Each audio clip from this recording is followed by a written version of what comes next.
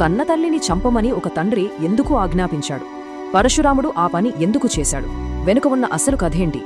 పతివ్రత అయిన రేణుకాదేవి ఒకరోజు నదిలో చిత్రరథుడనే గంధర్వుడిని చూసి క్షణకాలం పరధ్యానానికి గురైంది.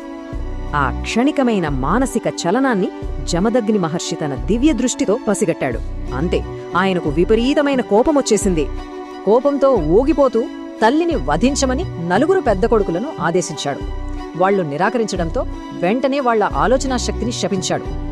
అవును, ఆ నలుగురు కుమారులు కన్న తల్లిని చంపలేకపోయారు. ఇక్కడే మన కథలో అసలైన మలుపు మొదలవుతుంది. సరిగ్గా అప్పుడే పరశురాముడు అక్కడికొచ్చాడు. కోపంతో రగిలిపోతున్న తండ్రి అతనికి కూడా అదే భయంకరమైన ఆజ్ఞ జారీ చేశాడు.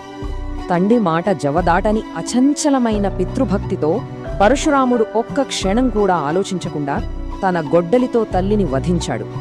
కొడుకు విధేయత చూసి జమదగ్ని చాలా సంతోషించాడు. మురిసిపోయి, ఏదైనా వరం కోరుకోనాయనా అని అడిగాడు.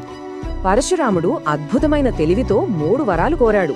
తల్లికి ప్రాణం, అన్నలకు శాప విముక్తి, ఆ చేదు జ్ఞాపకాలు చెరిగిపోవడం. తండ్రి వరాలిచ్చేశాడు. తల్లి బతికింది, సోదరులు కోలుకున్నారు.